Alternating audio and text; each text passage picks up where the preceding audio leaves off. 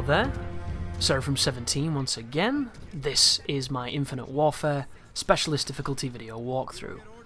This is the final mission of the game, and it's called Bloodstorm. This is a pretty long mission. You're looking at about a 34-minute video. It begins just after you've... it begins when you're shooting lasers at those shuttles, but I've trimmed that section out because it's effectively a cutscene where you get to drag a cursor across some objects, and then immediately we're thrown into it as we get attacked by these militia here. So I recommend using the hacking tool to get into the minds of the robots, and then use their wonderful thermal sight to cause some havoc with these enemies. Once you start taking too much damage, self-destruct and then get in the next one. Once you've done all the robots in the room, swap back to your shield, and then you want to move through it like it's a standard map from Rainbow Six Terrorist Hunt.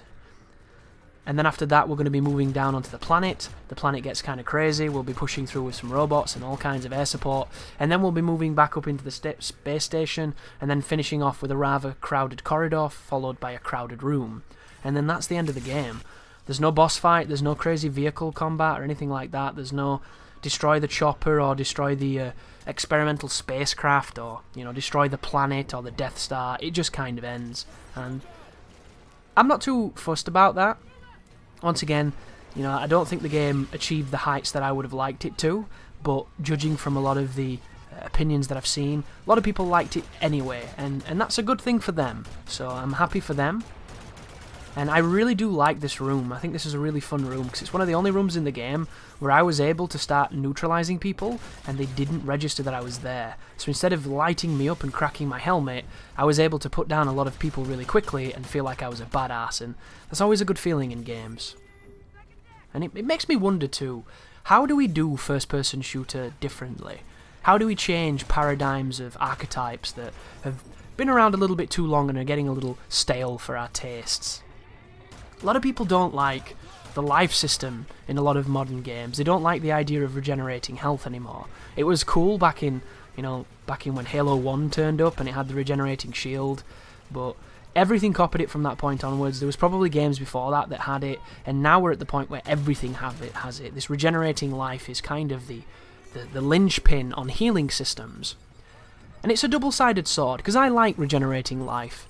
It doesn't bother me, but at the same time, it gives developers an excuse to be lazy when it comes to how their game works. They don't have to worry about it because it's already been established. It is a wealth of backstory that they can immediately touch onto, that everybody understands, nobody needs to be explained, and we just kind of take it for granted. So it leaves us with an interesting question, doesn't it? What do we do differently? And then you have the old school guys who go back to med packs, go back to life pickups, go back to that kind of thing. And a lot of games are doing that. A lot of throwback games, these old school games. Look at the new Doom. The new Doom had armor pickup, didn't it? I think it might have had life pickup, but it also had that idea that if you execute them with that special mode, you got life for doing it. So you could chain weak enemies to give you life that way. So it's a bit of a combination of old and new. I'm not the biggest spokesman for the Doom game because I haven't played enough of it to really know too much about the mechanics, but I think that's how it worked. And then you have things like Shadow Warrior, which has a magical spell that the character uses that heals him. So it gives the character a heal, it gives the character the ability to set their character up with perks and things that will make him a bit more durable. But there's a lot of the old school people who want it back the old way, where you pick up arbitrary pickups to increase a percentage or increase a number, and every time you hit that number gets put down, and you have armor to protect the number and things like that. So you have the old school coming up against the new school, and I want to see what college looks like.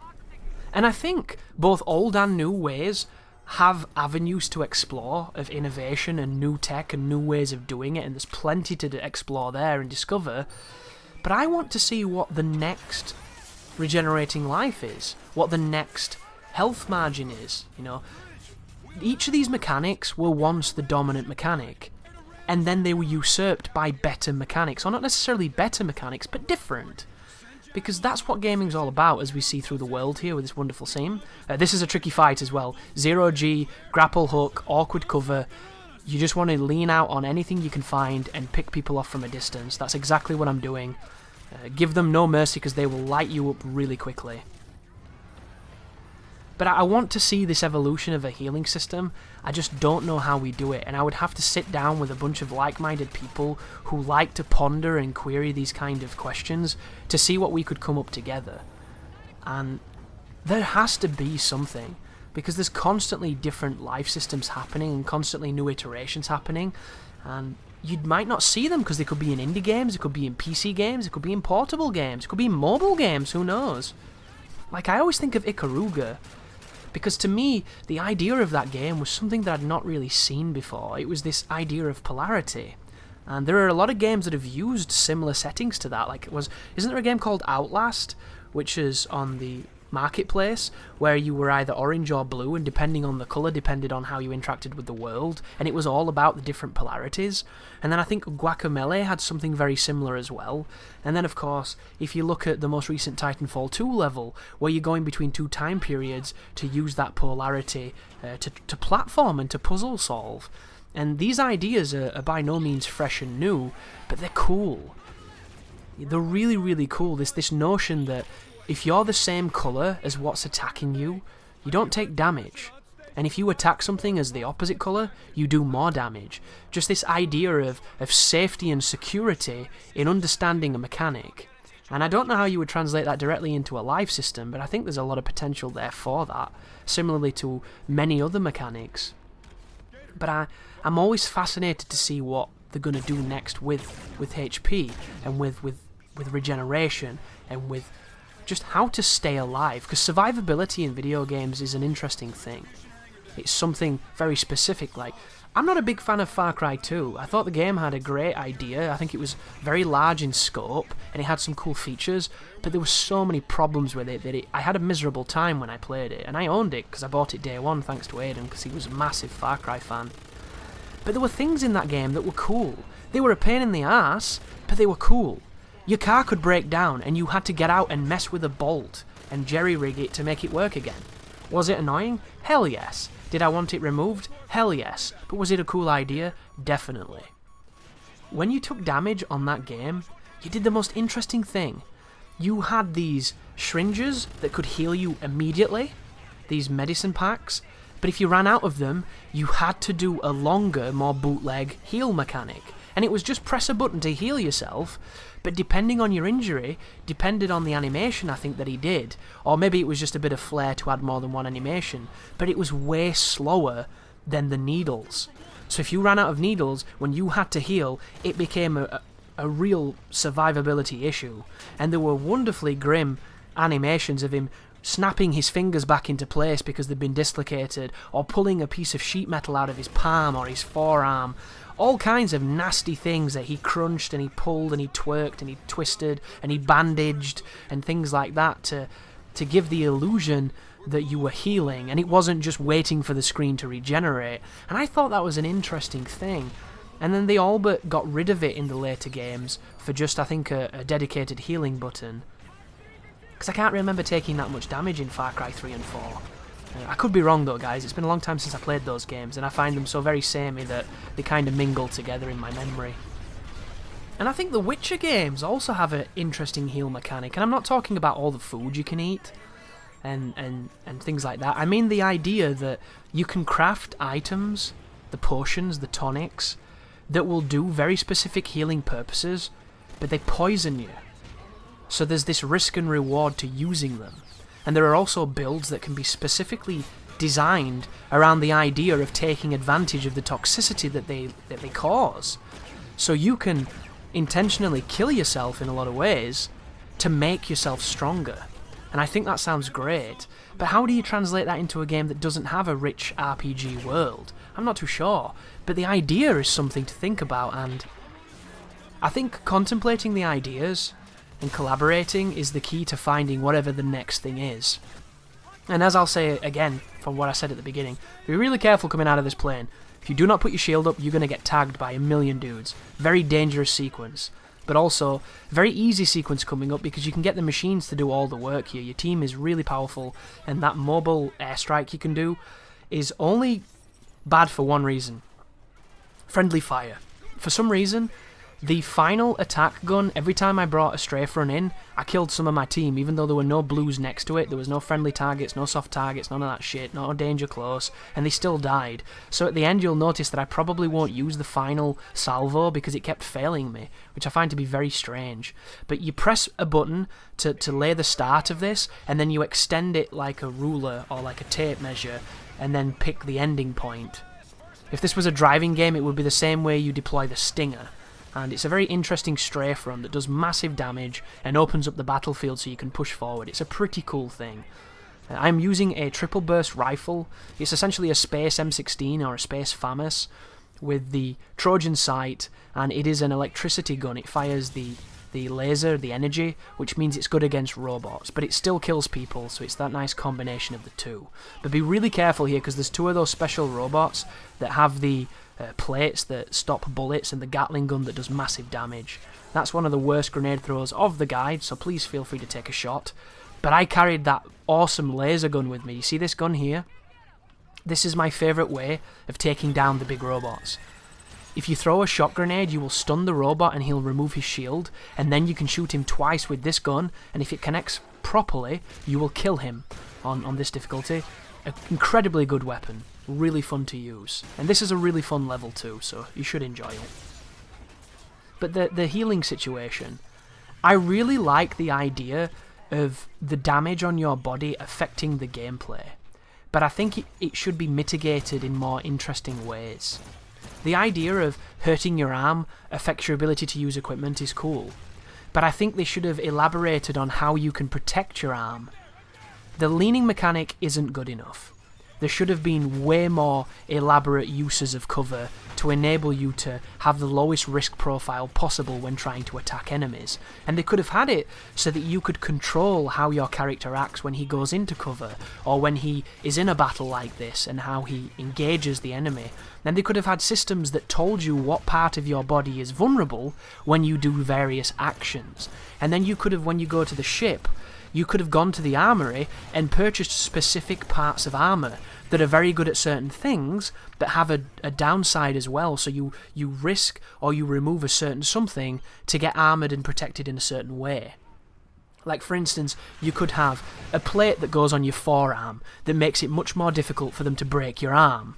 But converse to this, it has a ricochet factor, which can result in bullets bouncing up into your face and knocking your gun out of your hand, or maybe damaging your helmet, something like that. You could have it that it's really good at deflecting normal guns, but it's terrible against the energy guns, or it's good against all ballistics and lasers, but it takes more damage from ordnance. So if somebody throws a grenade your way, you're going to take increased damage, but everything else, you have more durability to survive it. And this could have been all kinds of things. You could have tailored your tilt and your lean to designate how your character did it, so that you only put certain things on display for the enemies to shoot at, and you could focus on those certain parts of your body and protect them more.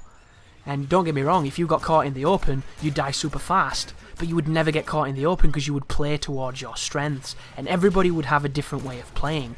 Maybe you like to jump over cover and shoot. Maybe you like to eke out from behind barrels. Maybe you like to go prone and shoot under things. You know, there's a whole host of things you could have. Like, I would have liked the shield to have a more aggressive playstyle with it. I think it would have been cool if you could have upgraded it to perhaps have half the battery life, but you could flap the top of it down and rest your gun on it, and it was the equivalent of clipping from a head glitch spot in good cover, so you could still take damage, but it's maybe 60% reduced chance of being hit.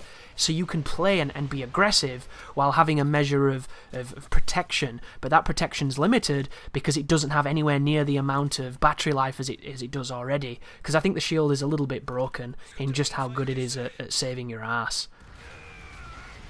But the potential for these kind of thoughts and these kind of suggestions and these kind of discussions is limitless.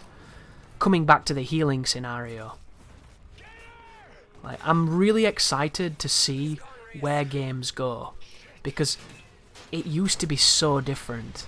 Look at Mario. You get hit once, you get warned, you get hit a second time, you die. Look at games like Crash Bandicoot, which extended this philosophy. You die in one touch.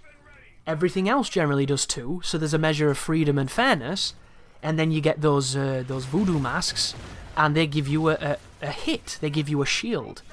You know, the idea of all those kind of games at that time took that idea, and then you can go a little bit further in time and you look at things like your Grand Theft Auto, where you had a set amount of HP, and to get your life back you had to do kind of arbitrary tasks.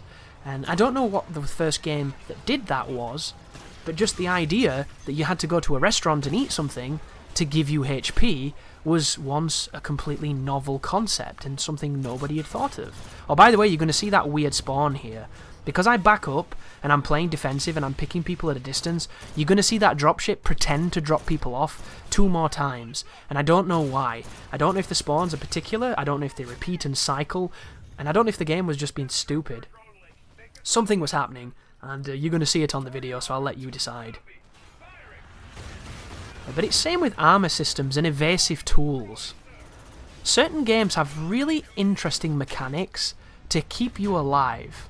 BioShock has that one where you get to fatal damage and it gives you a chance. It gives you that momentary invincibility where they can't finish you off, and then it leaves you to the dogs. It's a great tool to survive, and it's useful, and it's really good, and it's not that patronising because it feels like it works properly. Kane and Lynch, too, has that mechanic where you get knocked down. An interesting mechanic that happens, completely disorients you, and it's a weird feeling, but it feels cool because it feels visceral, it makes things feel brutal. It gives you a connection to your character and to the world and to the situation.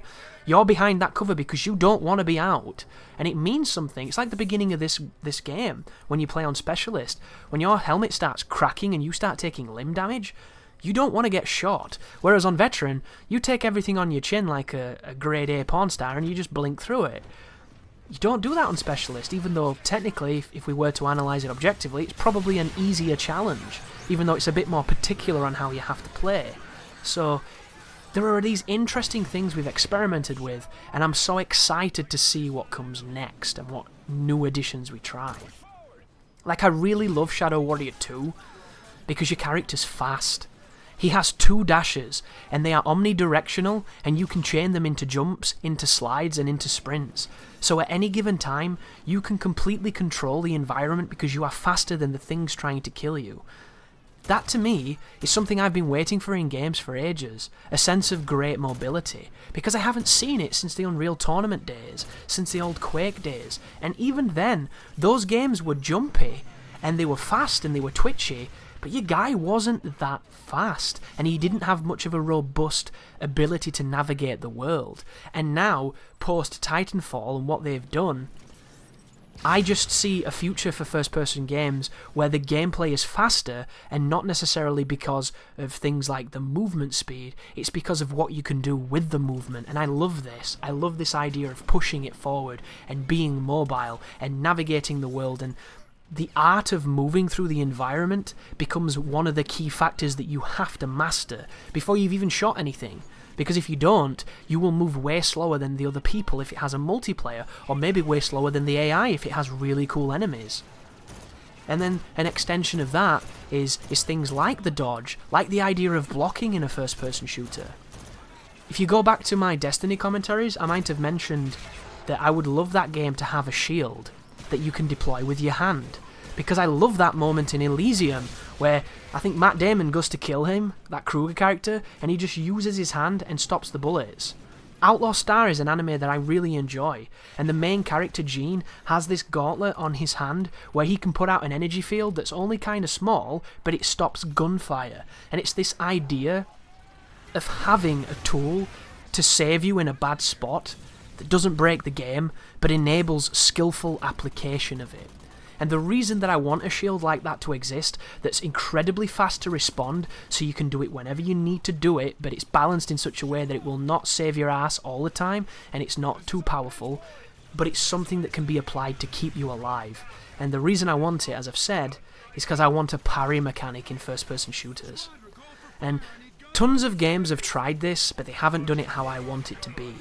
Because I think the idea of something really dangerous coming towards you in a first-person shooter, and the moment it touches your character, you press that guard button, and just like Third Strike, just like Metal Gear Revengeance, just like Bayonetta, just like Devil May Cry, you do a Royal Guard or a Just Defense, and you completely neutralize it and power yourself up. Maybe power up your shield, power up your ultimate, power something up. Maybe it heals you, and the only way to heal is to take the enemy's aggression to fuel you back up. Maybe that's how you make the new healing system. This idea that you get to control your defenses, but your defense is limited to how it functions. And I just want a video game where I'm fighting another dude and he's shooting, you know, maybe a shotgun, and at the rhythm of him cocking the shotgun, I'm just going block, block, block, block, and then I hit him, and he's doing it to me, and two super durable, fast-paced, fast-moving guys who are completely capable of having some kind of awesome deathmatch, and all the gameplay complements it. It's fluid, it's fast, it's visceral, and it's fun. And that to me is what this game completely missed. To me personally. Like, who the hell shot me then? Center mass, I couldn't tell you, but it hurt. And here is a checkpoint coming up. And this is not a bad game, guys. This game is a game with a high production value. This is a game that you can have a lot of fun with. But all I'm doing is moving forward, ADSing and shooting things.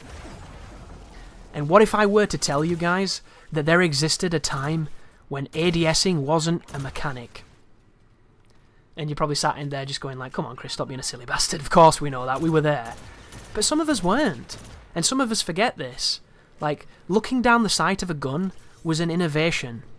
Now we need the next innovation that feels as good and as awesome and has the legs that this mechanic has, that we're now getting a little bit done with, you know? Hip firing was king for the longest time.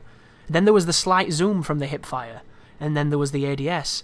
What next? What new iteration of this perspective brings it, you know, to that next stage and elevates it to where I believe it needs to go? And I watched a film called Grimsby last night, and it was it was kind of a shitty film. It had some funny gags in it. It was very silly. It's kind of what you expect. But there's a wonderful sequence in that where I think they're using a GoPro, and it's a first-person perspective with the arms out in front, and he's running around as if he's got a smart pistol taking out all the people, being a spy, and it looks amazing. It's very similar to the Hardcore Henry movie if you saw that, and I thought that was wonderful, that film, cinematographically. Cinematographically? Terrible way of saying that word. I hate words when they just don't come out right. Anyhow, the cinematography was to die for, because it was such an interesting perspective from being a gamer to see that in a movie.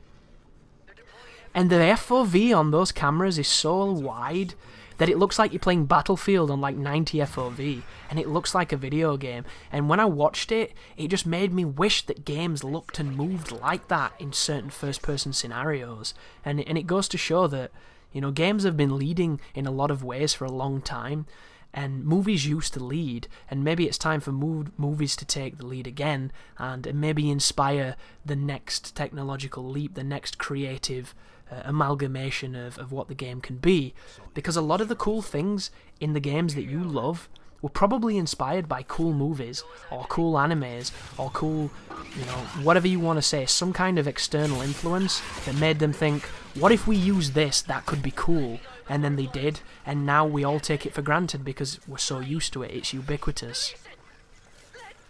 But here is a bit of a cutscene as we lose McCallum, so unfortunately, if you were looking for a happy ending, this is not the Thermopylae for you.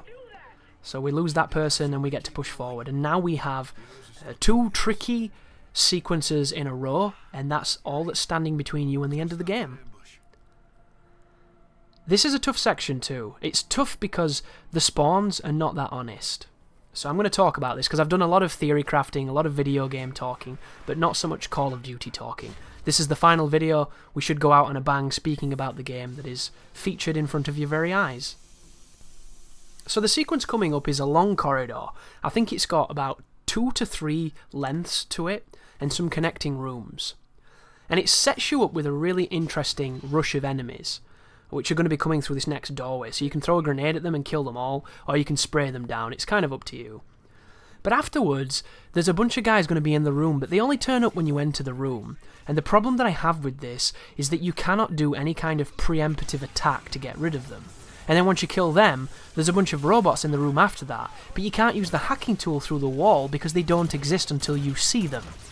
You know, it's this horrible existence of Schrödinger logic where we have to look in the box to see if the cat's alive, but we always have to be looking in the box because when we close it, it's technically dead. And unfortunately, in a game, doesn't allow us to really have the measure of success that I would like, because hacking through walls is very powerful, but when the enemy doesn't exist until you look at them, you lose the power. Because looking at enemies in this game is sticking your head out of cover and saying, please shoot me in the gob. So it's a little bit annoying as a player, but it just means that you have to push it a very specific way. And that's what I'm going to do here, guys. See that just then? If I'd not walked in there, those robots would not have been showing up. And now I can use the hacking tool, but I don't think I have it. So there's a nice shot grenade that probably damaged my leg because it somehow managed to hit me there, which is pretty crazy radius. And all I'm going to do is lean out and spray. 2 to 3 bursts from this rifle will put down the robots, and hopefully they won't explode. Here come more dudes. Wait it out, take your time, aim for centre mass. The Trojan will do the work because it shows you where the enemies are. It's such a useful optic.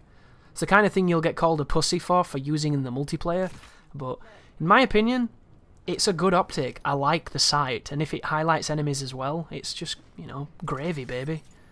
I don't know why people had problems with the target finder. Didn't it limit your FOV for giving you that advantage? Or was it a slower ADS? I think there was something to it, because I never used it personally, because I'm a man, of course, and I rush in Call of Duty. I don't sit behind bins, stick my jaw out and shoot bullets out my forehead. I'm a manly man, so I run around and die a lot, and get shot by campers and then complain. But I'm not too sure, in all seriousness, what the drawbacks to the weapon was, but I'm almost certain the target finder had a drawback. But a couple of humans now pushing forward. Do not push this corridor too fervently, or you'll end up getting put in a bad spot. I'm moving from cover to cover just in case I trigger a spawn. And then on the final corridor that's coming up just past here, the final 2 corridors, there's going to be one of those armoured robots that has the armour shields, the ballistic shields, and that's why I'm carrying that big gun, because I'm going to use it on him. But this is the tricky bit. You get a checkpoint, so it's not so bad. And here is the first corridor, which is kind of this server bank where Ethan can help you as I get knocked on my ass there by a stray bullet, and it's affected my arm, so I can no longer use my gun, so I have to stim. A couple of guys down the range, shoot them with the triple burst. Keep putting pressure on them so they can't shoot you back. Very, very effective suppression in this game, because once you start shooting people, they start tap dancing, and before they know it, they're Saturday Night Fevered. So a couple more guys sprinting through, setting up in those convenient Kane and Lynch cover systems, where all of their body is exposed, yet they believe they are safe for some reason. And then I push up to this server, the main character mentions something, and then Ethan gives us some cover. So here come the robots. So these robots will never turn up, I believe, unless you push forward through this room. That was one of the things that bugged me a lot here, that I couldn't exploit the fact that they're there, but they only exist when I look at them. It's the quantum world all over again. You know, it shows that some things can change their behaviours when they're observed, which is a wonderful, almost magical aspect of science that I know almost nothing about, because I'm an ignorant man. I am not scientifically literate, unfortunately. But keep on shooting, keep on putting people down. That was a big hit right there, as he rushes forward. I don't know why I'm putting this on. I don't think it's the right guy. Is it? Is it the right guy? Did I get hit by Shield Man? I think I did, you know. Get me. I did not see him. I was obviously on the ball when I was playing this. So this is all you do, guys. Completely just rail him with every one of those bullets that you've got. And when he dies, you've done this corridor. So the only thing left to do now is a rather large shootout in a command centre. But of course, I'm going to be tentative moving forward, because there's no checkpoint unless you get to the end of this. But what can you be expecting next from the channel? Well, we are doing Call of Duty 4 Remastered on Veteran. That game is a nightmare. The view kick, the enemy's aim, it's going to be a real fun one just to be reminded of what really difficult games felt like, because it's a very challenging game. That game is less about shooting people, and it's more about rushing checkpoints, because the checkpoints are the goal. If you can hit a checkpoint, it doesn't matter who is surrounding you. As long as you get that checkpoint, you're safe. And that's what the entire game is. Sprint forward, hope you don't die. Sprint forward, hope you don't die. Occasionally shoot somebody who might kill you. Sprint forward, hope you don't die. Then once I've done that, it's going to be returning to normal until Last Guardian in December, I think it is. And Final Fantasy 15 at the end of November. And then it's going to be the new year and whatever happens then. So hopefully there's something that you're interested in the interim, be it Dark Souls 3 PvP, be it Titanfall 2 multiplayer, be it whatever. We'll be covering it, I will be sharing it with you, and hopefully you'll enjoy it. But this is the final shootout of the game. It is a command center that has a lot of enemies in it. It is multiple tiers. Some are on the top bit, some are on the middle bit. And if you stay in this elevator, it will never close, because the game doesn't allow it to close. So you have a wonderful safe position, and the only threat here is people trying to rush and grenades. And the enemies don't generally rush, and if they do, you can put them down with a quick triple burst. So use your shield to find targets, and then wait for them to expose themselves, and shoot them in the penis. So a couple of bursts, hopefully pop their heads. You can always tell when you pop the heads because it does a rather satisfying graphical effect. And there's also a second spawn here, and I don't know if the second spawn happens if you move into the room, or if you kill a certain amount of people, but it's one of those triggers that is rather arbitrary, and as I've spoken about many times in this run of certain features that I would like to see evolve in video games, I would like to see the scripting evolve as well. I think we've got to the point where we should no longer have to trip invisible tripwires to make things in video games work. I think we should be coming up with more creative ways to make the video game work. And the better those ways become and more creative, the less obvious they are, and the less you can game the system. And it seems funny, doesn't it, coming from somebody like me who, when I play a game, I'm looking at how to break the way your game works. I'm looking at how to give me an advantage and how to give you a disadvantage. And if that means, you know, exploiting a spawn or exploiting a strong position or a specific weapon or a specific scenario, I'm going to do that, and I'm going to show you how to do that so you can do the same thing. But if a game represents a situation where I can't do that, that's when things get difficult, and that's when walkthroughs are needed. And a lot of the walkthroughs I make nowadays, guys, aren't really needed because the games aren't tough enough. And I wish they were, I really do, because it makes me obsolete. And the idea of making something that really isn't necessary is something that is frustrating to me. Because I want games to be so rage-inducingly difficult that everybody on YouTube has to use a walkthrough, because it's just too much. You know, that's the kind of avenue of difficulty that I would like, but every game that has a difficulty that is even remotely challenging like that, they tend to not have an achievement or a trophy for doing it, so there's a large population of people that only challenge themselves because of these rewards that never do it because it's not even needed. And that's a shame too. You know, there's a lot of things that can be disappointing with video games, but difficulty's probably the main one. And if you want difficulty, guys, you've got to look backwards. And I don't want to look backwards when it comes to my channel, I want to move forwards, which is why I've continued to cover these games in spite of their apparent lack of challenge. And I'm hoping some point in this you were either entertained, informed, or helped in some way, because that is the goal. You know, the very few naysayers that I do have on these videos might try to tell you that, you know, it's to boost my ego, to bolster my you know, my terrible addiction to video games and my lack of a social life, and, you know, my psychological problems and all these wonderful illusions and fantasies that certain people that just don't like me very much like to say. But it's not the case. You know, I wouldn't have kept a girlfriend for near 10 years if all I did was live in my basement, you know, snorting sugar and playing video games 24/7 like some kind of South Park goblin. You know, I wouldn't have kept friends that I have, family that I have, you know, the things you don't see that I don't speak about, because believe it or not, guys, I don't want to share everything with the internet. There are some things that I think should be kept separate. That's the mistake that I think a good old Darkside Phil made. His name now will forever be smeared, and he'll never get that back, because whenever you Google search him, you'll just see that rather portly fellow with the terrible goatee who masturbated in front of children. So there you go, guys. Thank you very much for watching. YOLO difficulty unlocked. I will never play it. Neither will you. You take care now.